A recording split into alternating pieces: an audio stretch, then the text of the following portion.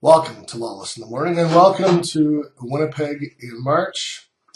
More snow again this morning. Oh well, it'll be over soon. So, late night last night, so we're kind of cheating.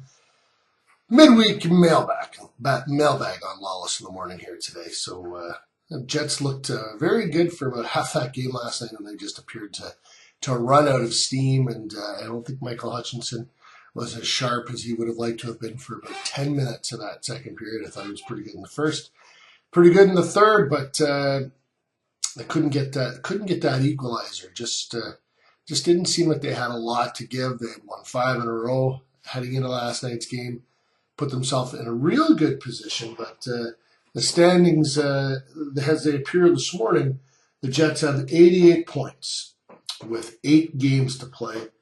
They're holding down the last wild card spot in the Western Conference. The teams are chasing. Vancouver now has 90. That was they moved ahead 2 points. The Jets have more points than Calgary. Calgary has 86 points, but now Calgary has a game in hand. Minnesota got 2 points last night. They moved up to 91 points. They beat the Islanders. That's a huge win for the Wild. And the Kings got points last night as well. They're at 86. They beat the Rangers in New York. That was a big win for the Kings. So let's get to your questions. And right off the bat, we have one from Sean. If you are nominating the Jets Rookie of the Year, is it Hutchinson or Lowry? Start of the year, I wasn't buying the Kool-Aid you were selling on number 17, Adam Lowry. I don't know if I was selling the Kool-Aid. Now I'm addicted to it. Huge upside on this kid.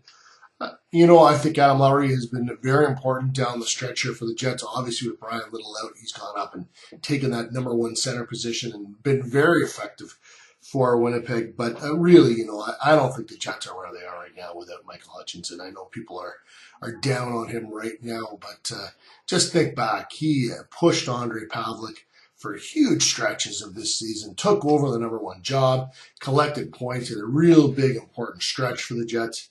Michael Hutchinson is my candidate for Rookie of the Year with the Jets so far. This is from Randy Stankovic, QB of the future. He wants to know, I thought the Bombers were going on and on how Willy was their QB of the future, so now when he wants to be paid like one, they're not sure anymore. New management, but the old principles still hold. They need to lock this guy up now. Because QBs are not a dime a dozen in this league, and someone will throw big money at him if he goes to free agency. Yeah, that's a risk, I guess, but, Drew Willy wants to be paid $400,000 a year. He made $280,000 last year. He had a great year. He made a real impact for the Bombers, but 1 year does not a career make. He signed a contract. He's under contract for this year. Pay him the $280,000 again this year. If he has another great year, if he takes them to the Grey Cup and he can then hold them for ransom, hey, that's what you want. Make Drew Willy pay it. Prove it, I say, before they go and give him tons of money. All right, I've got to figure this out. How am I going to do this? 1 second, folks. Once again, Lawless in the Morning. We have great technology here. This will just take 2 seconds, and there we go. We'll just have to wait for this to refresh. We're using Twitter for our questions this morning. Thanks very much for all of you who participated. We appreciate it. Those were on email, and now I had to switch over. I apologize for this. It's taking its time, and I can't use the computer because here we go. Oh, Kia Bart. What language were the Swiss women's world curling team speaking? Double M. Martin wouldn't help me. Well, I can't help you either. If Melissa was there, so she'll have to give it to you. From Jerry Marquez. How do you see the line combo shaping up once Little and Perreault are back? Who is the odd men out? Well, Brian Little will go back to his spot on the number 1 line. It'll be Little, Ladd, and Foley. You don't touch that second line of Scheifele, Wheeler, and Stafford. Lowry goes back to his spot at center on the 3rd line. Perreault plays with him. I'll give Lee Stempniak the edge right now. I put Lee Stempniak on that line. And then your 4th line would be Jim Slater with Chris Thorburn and Yuri Tulusti. And when the other two, when the D are back, Bufflin and Sherratt, They just go in as a pairing and they play together and they replace Harrison and Party. Okay. The Soch. He's a long-time listener of Hustler and Lawless and reader of the Free Press. Is Slater dropping like an anchor, in your opinion? No, I thought Jim Slater's been pretty good lately. Sorry, Soch. What happened versus Canucks? Now what? Back to Pav? Need 4 more wins or more to go to Final 16. That's from AJ at BHava96. They're at, what do we got here? 88 points. Excuse me. Yeah, so 4 more wins would get you to 96. I think that gets you in. And yeah, I would go back to Pavlik. I would play him against the Canadians and Carey Price here in Winnipeg on Thursday night. Big game. Robomaster21. Do you think the Jets made a mistake in changing goaltenders, and should they have rode the hot hand, i.e. Dubnyk? No. Paul Maurice said it best yesterday. He said, we're not afraid to ride a hot goalie, but we're not going to ride him into the ground.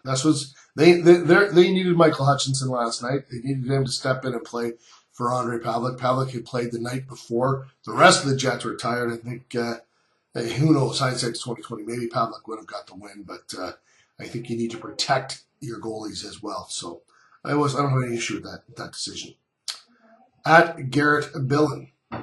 How many wins will the Bombers have this season? Will they make the playoffs? Wow, the West is going to be tough this year. So it will be interesting to see if they can get in. You know, they were 7 wins last year. I think they should improve on that total. I see them getting to 10. I'm not sure that's enough to get them in. Kevin Stewart. When will Hydro turn the power back on in Meadows West? Can't help you with that one. Sorry the Hydro is off. Hope everyone's warm and safe. Andy B. Jets. Who do you re-sign, Stafford or Frolik? Both. John Gullich. Do you think if Corey Sheets is healthy, would the Bombers be interested, or are they okay sticking with Paris Cotton?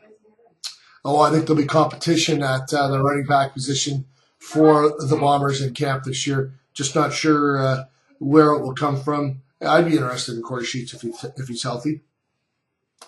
John Fraser. Has Pavlik's recent hot streak changed the way the Jets brass look at him? Is he still a buyout candidate? He was never a buyout candidate. If they were going to buy him out, they would have done that last summer. They did not. Jets brass has supported him. They never lost faith in him, for lack of a better term. So we'll Oh, last question. Baron Von Awesome.